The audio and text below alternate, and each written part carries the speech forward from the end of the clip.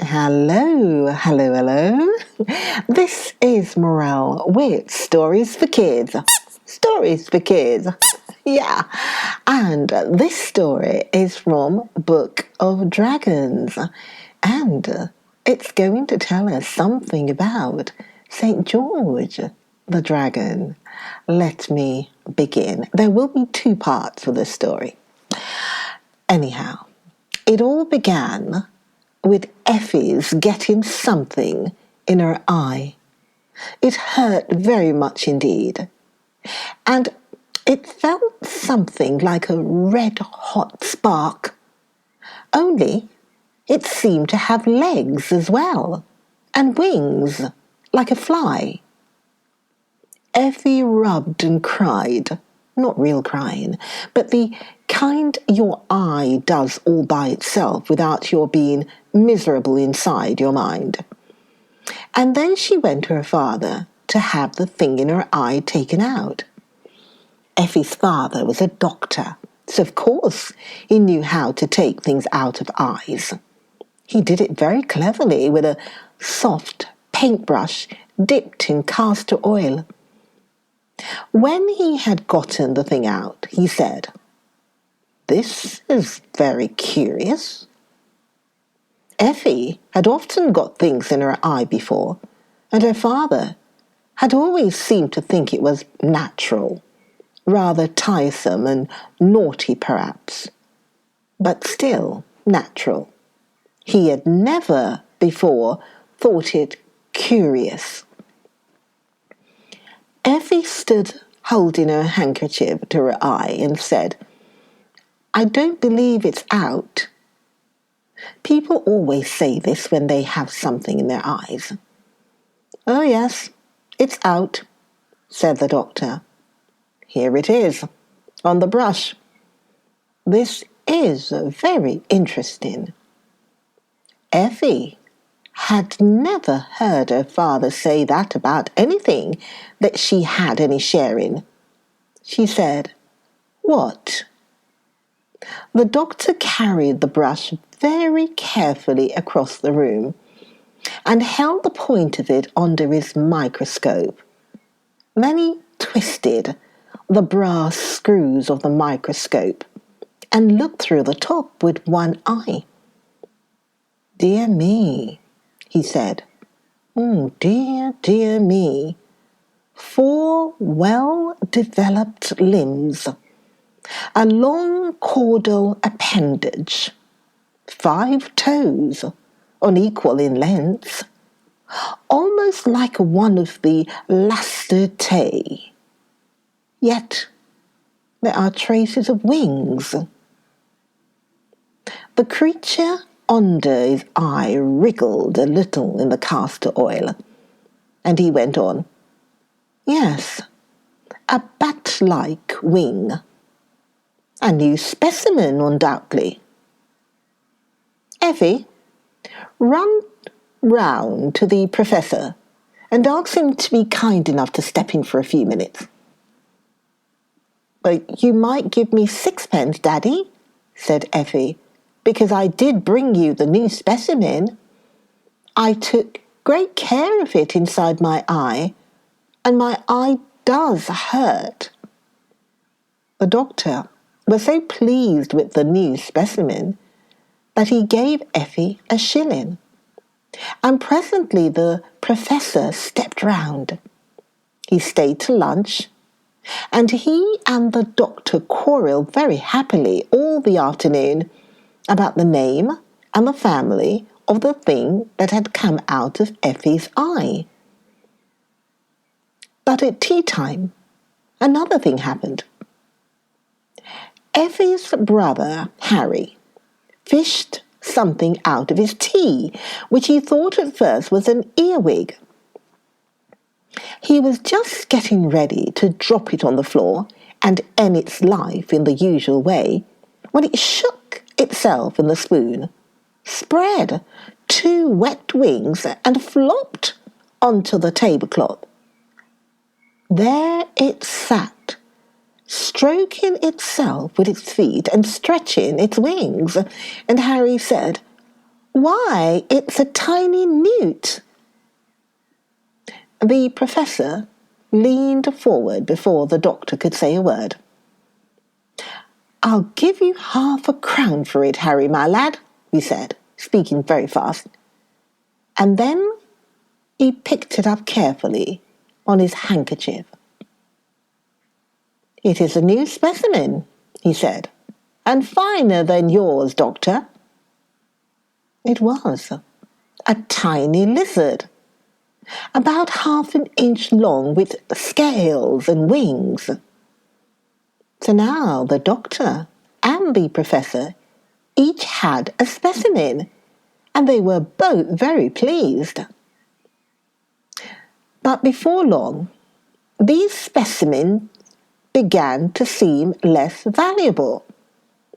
For the next morning, when the knife boy was cleaning the doctor's boots, he suddenly dropped the brushes and the boot and the blacking and screamed out that he was burnt. And from inside the boot came crawling a lizard as big as the kitten, with large shiny wings. Why, said Effie, I know what it is. It is a dragon, like the one St. George killed. And Effie was right. That afternoon, Towser was bitten in the garden by a dragon about the size of a rabbit, which he had tried to chase, and the next morning all the papers were full of the wonderful winged lizards that were appearing all over the country. The papers would not call them dragons because, of course, no one believes in dragons nowadays. And at any rate, the papers were not going to be so silly as to believe in fairy stories. At first, there were only a few, but in a week or two, the country was simply running alive with dragons of all sizes. And in the air, you could sometimes see them as thick as a swarm of bees. They all looked alike, except as to size. They were green, with scales, and they had 4 legs and a long tail, and great wings like bats' wings, only the wings were a pale, half-transparent yellow, like the gearboxes on bicycles. They breathe fire and smoke, as all proper dragons must. But still, the newspapers went on pretending they were lizards, until the editor of the Standard was picked up and carried away by a very large one. And then the other newspaper people had not anyone left to tell them what they ought not to believe.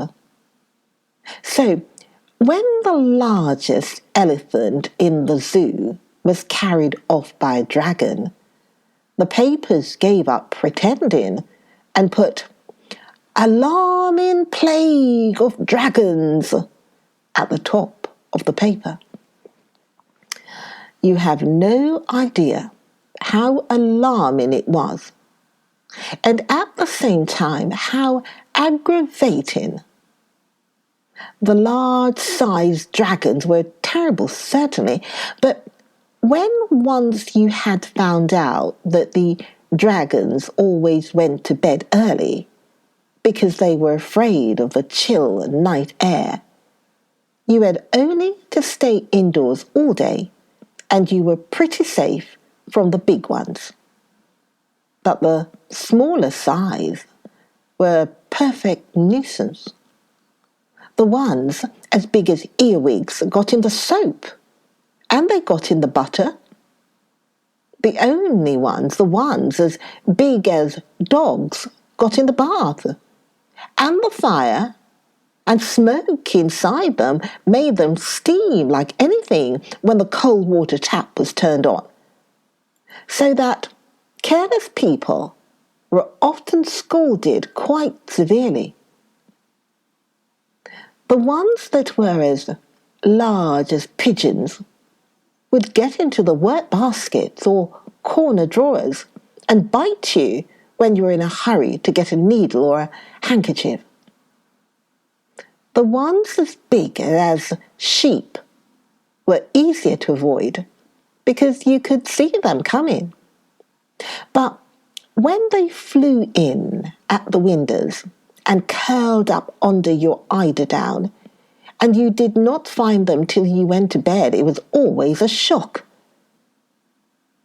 The ones this size did not eat people, only lettuce, but they always scorched the sheets and pillowcases dreadfully. Of course, the county council and the police did everything that could be done. It was no use offering the hand of the princess to anyone who killed a dragon. This was all very well in olden times, when there was only one dragon and one princess, but now there were far more dragons than princesses, although the royal family was a large one.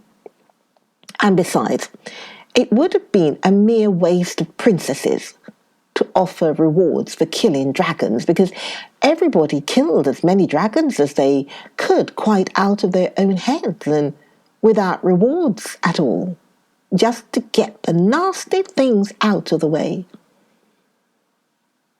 The county council undertook to cremate all dragons delivered at their offices between the hours of 10 and 2.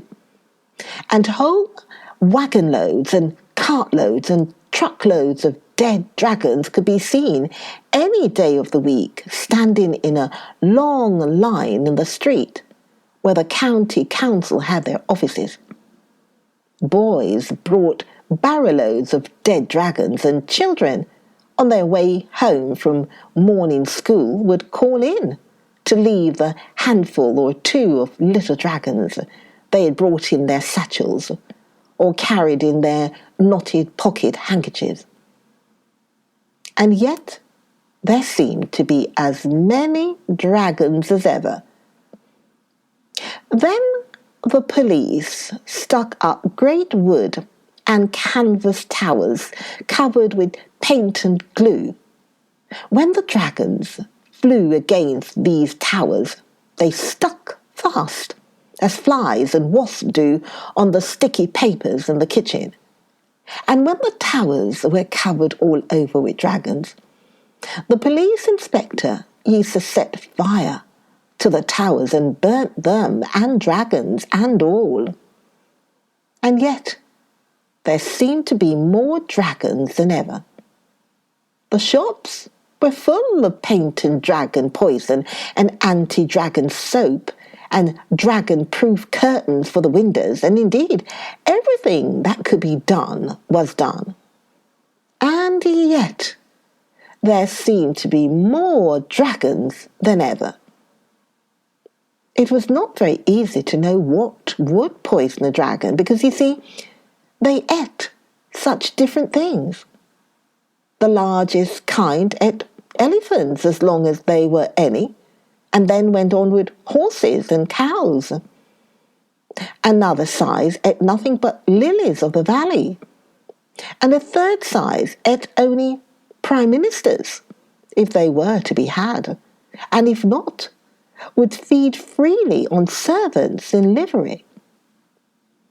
Another size lived on bricks, and 3 of them ate 2/3 of the South Lambert Infirmary in one afternoon. But the size Effie was most afraid of was about as big as your dining room, and that size ate little girls and boys. At first, Effie and her brother were quite pleased with the change in their lives. It was so amusing to sit up all night instead of going to sleep, and to play in the garden lighted by electric lamps. And it sounded so funny to hear Mother say when they were going to bed, "Good night, my darlings. Sleep sound all day and don't get up too soon. You must not get up before it's quite dark. You wouldn't like the nasty dragons to get you." But after a time, they got very tired of it all. They wanted to see the flowers and trees growing in the fields, and to see the pretty sunshine out of doors, and not just through glass windows and paint and dragon-proof curtains. And they wanted to play on the grass, which they were not allowed to do in the electric lamp-lighted garden because of the night dew. And they wanted so much to get out just for once in the beautiful, bright, dangerous daylight that they began to try and think of some reason why they ought to go out. Only they did not like to disobey their mother. But one morning, their mother was busy preparing some new dragon poison to lay down in the cellars, and their father was bandaging the hand of the boot boy, which had been scratched by one of the dragons who liked to eat prime ministers when they were to be had. So nobody remembered to say to the children, "Don't get up till it's quite dark." "Go now," said Harry. "It would not be disobedient to go, and I know exactly what we ought to do, but I don't know how we ought to do it." "What ought we to do?" said Effie. "We ought to wake St. George, of course," said Harry. "He was the only person in his town who knew how to manage dragons. The people in the fairy tales don't count." "But St. George is a real person, and he's only asleep, and he's waiting to be waked up. Only nobody believes in St. George now. I heard Father say so." "But we do," said Effie. "Of course we do. And don't you see, Eff, that the very reason why we could wake him. You can't wake people if you don't believe in them, can you?" Effie said no. But where could they find St. George? "We must go and look," said Harry boldly. "You shall wear a dragon-proof frock made of stuff like the curtains, and I will smear myself all over with the best dragon poison, and—" Effie clasped her hands and skipped with joy and cried, "Oh, Harry, I know where we can find St. George.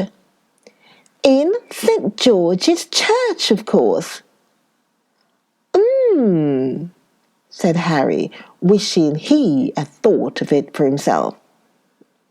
"You have a little sense sometimes for a girl." So the next afternoon, quite early, long before the beams of sunset announced the coming night when everybody would be up and working, the two children got out of bed. Effie wrapped herself in a shawl of dragon-proof muslin. There was no time to make the frock. And Harry made a horrid mess of himself with the paint and dragon poison.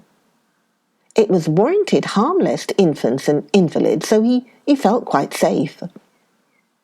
Then they joined hands and set out to walk to St. George's Church. As you know, there are many St. George's churches, but fortunately they took the turning that leads to the right one and went along in the bright sunlight, feeling very brave and adventurous. There was no one about in the streets except dragons, and the place was simply swarming with them. Fortunately, none of the dragons were just the right size for eating little boys and girls, Or perhaps this story might have had to end here. There were dragons on the pavement and dragons on the roadway, dragons basking on the front doorsteps of public buildings, and dragons preening their wings on the roofs in the hot afternoon sun. The town was quite green with them. Even when the children had gotten out of the town and were walking in the lanes, they noticed that the fields on each side were greener than usual, with the scaly legs and tails. And some of the smaller sizes had made themselves asbestos nests in the flowering hawthorn hedges. Effie held her brother's hand very tight. And once, when a fat dragon flopped against her ear, she screamed out, and a whole flight of green dragons arose from the field at the sound and sprawled away across the sky. The children could hear the rattle of their wings as they flew. "Oh, I want to go home," said Effie. "Don't be silly," said Harry. "Surely you haven't forgotten about the 7 champions and all the princess. People who are going to be their country's deliverers never scream and say they want to go home." "And are we?" asked Effie. "Deliverers, I mean?" "You'll see," said her brother, and on they went. When they came to St. George's Church, they found the door open, and they walked right in. But St. George was not there, so they walked around the churchyard outside, and presently they found the great stone tomb of St. George, with a figure of him carved in marble outside, in his armour and helmet, and with his hands folded on his breast. "However can we wake him?" they said. Then Harry spoke to St. George, but he would not answer, and he called, but St. George did not seem to hear. And then he actually tried to waken the great dragon slayer by shaking the marble shoulders, but St. George took no notice. Then Effie began to cry, and she put her arms around St. George's neck as well as she could for the marble, which was very much in the way at the back. And she kissed the marble face, and she said, "Oh, dear, good, kind St. George, please wake up and help us."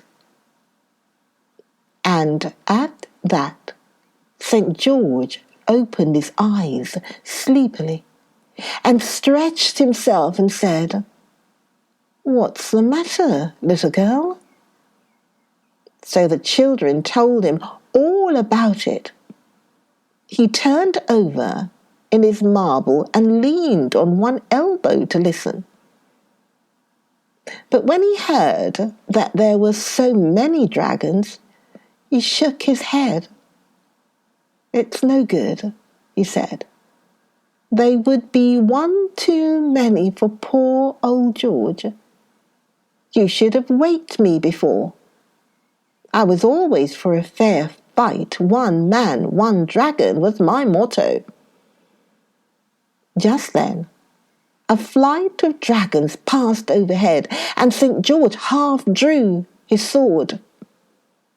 But he shook his head again and pushed the sword back as the flight of dragons grew small in the distance. Join me for the next video to find out the end of the story. Do join me. Join me for the next video coming soon. Yes, it's coming soon, to find out the end of the story. And so I'll see you then. Morel saying, "Oh, where's my birdie gone to?" Birdies want to come and just say bye-bye, bye-bye, birdie, bye-bye, bye-bye. Okay, I will be back soon with the end of the story. I'll see you in the next video. Bye.